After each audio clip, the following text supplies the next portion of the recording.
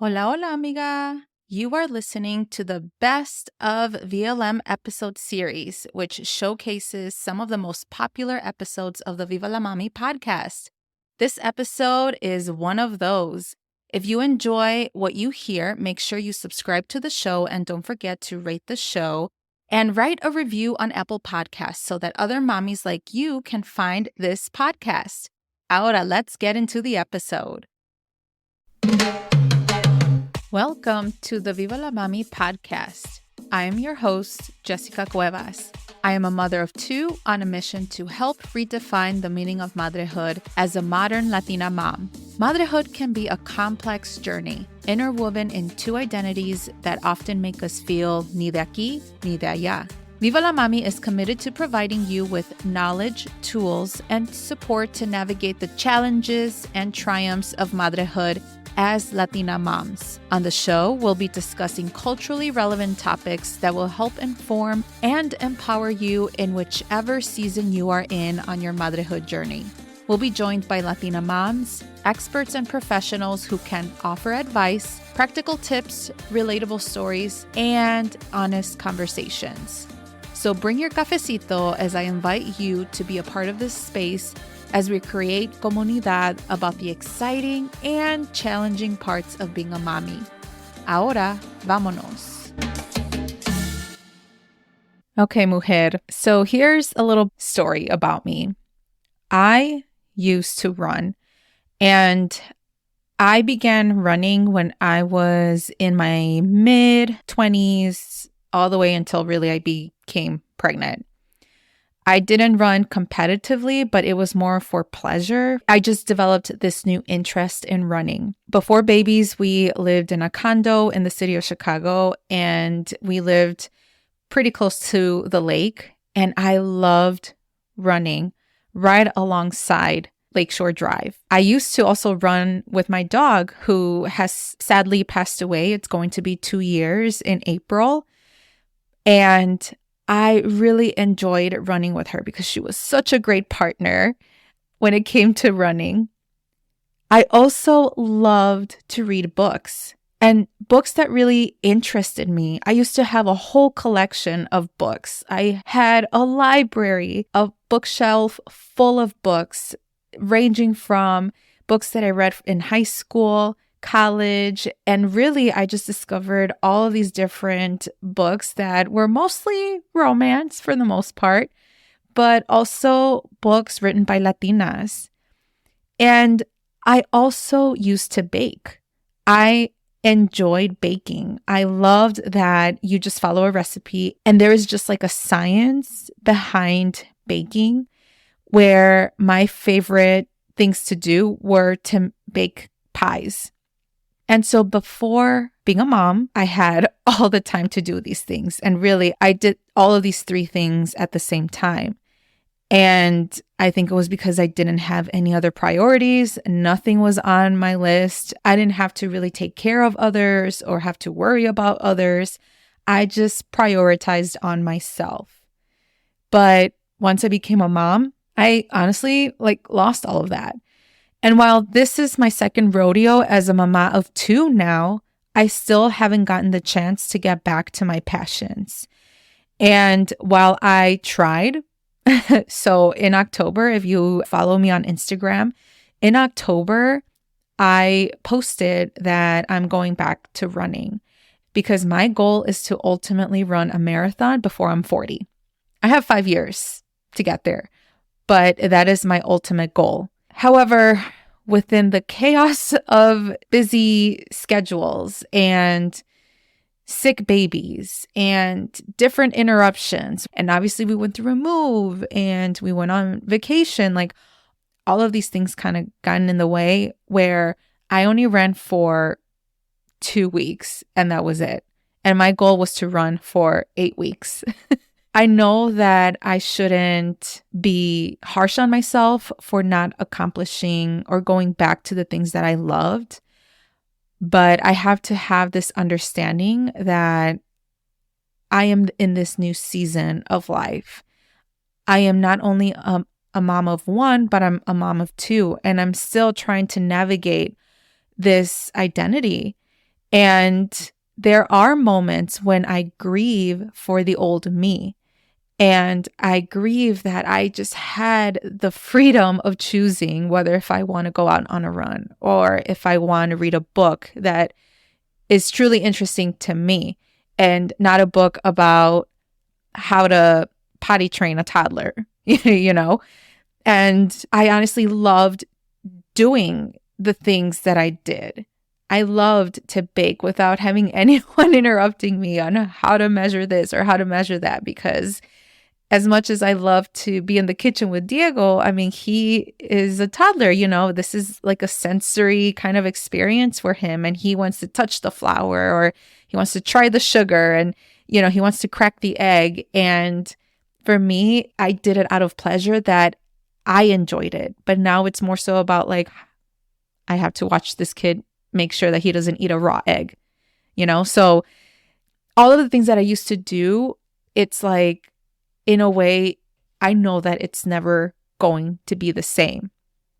But when I went to therapy, my therapist and I talked about this sense of identity, of this new identity and having this sense of identity loss. And she told me that it is okay to grieve what you once had. But now as mamas, we have to sort of rediscover who we are now in this new identity and figure out how to fit in our old passions or perhaps create new ones in this new identidad we're in. And I understand it is such a big struggle for new mamas and moms who transition from 1 to 2 or from 2 to 3 and so forth. The same way as our little ones go through certain milestones or developmental phases, so is motherhood. And we all go through all of these different seasons of life through this journey, where there will be times when we won't even get to do our own hobbies and activities and passions that we used to do. But there will come a time when we will have the capacity to do that. No, you are not alone. And I am struggling as well. And I am with you in this journey. And so for today, I'm going to share just different strategies and ways in which we can sort of rediscover our own passions. And so the first question I have is, why do we lose touch with those things we love after having a baby? Know that it is completely normal. Motherhood is such a huge shift in identity and priorities. And I mentioned this, I used to run, I used to read, I used to bake. And suddenly, once baby is here, we kind of put ourselves in the back burner because we need to tend to our children. And even though if we are in a partnered relationship or if we have family who is available to help, at the end of the day, we prioritize our babies over us. And so motherhood is such a huge shift where suddenly our days are filled with feedings, nap schedules, and endless things that we have to make sure that our babies are thriving and surviving. And so finding time or anything else for ourselves can literally feel like a luxury that we just don't have. And on top of that, there's also societal pressures and really the expectation that we should focus solely on motherhood, but not focus on us as individuals.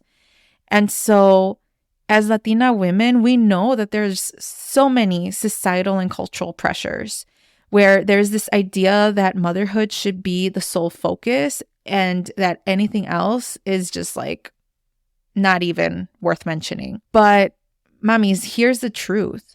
Taking care of yourselves isn't selfish. It is essential. If you haven't listened to the most recent episode 58, which is how to prioritize on yourself, I would encourage you to listen to that because I share some ideas and ways in which you can put yourself first out of self-compassion and self-love. And so when you reconnect with your passions, you become a happier and more fulfilled mujer. Ultimately, that benefits your family as well. Even though I haven't done this because I haven't gone back to running, Diego still talks about like, oh, you went on a run, fuiste a correr, fuiste a hacer ejercicio. And it's funny because he mentions that, he remembers that. And it's been like 5 months since I haven't ran outside. And so he knows that mommy should also prioritize on herself and ensure that she does the things that she enjoys. The same way that we like to see our kids take that swim class or go on that play date with their friends, we should also put ourselves in that sort of position where we are doing the things that we enjoy and love. Because if we don't demonstrate that to our kids, then how are they supposed to know what we love? And so let's talk about how to bring those passions back into your life. Well, the first step is to remember what sparks joy in your soul. What did you love to do before becoming a mom? Was it reading a good book or spending time outdoors or maybe creating art?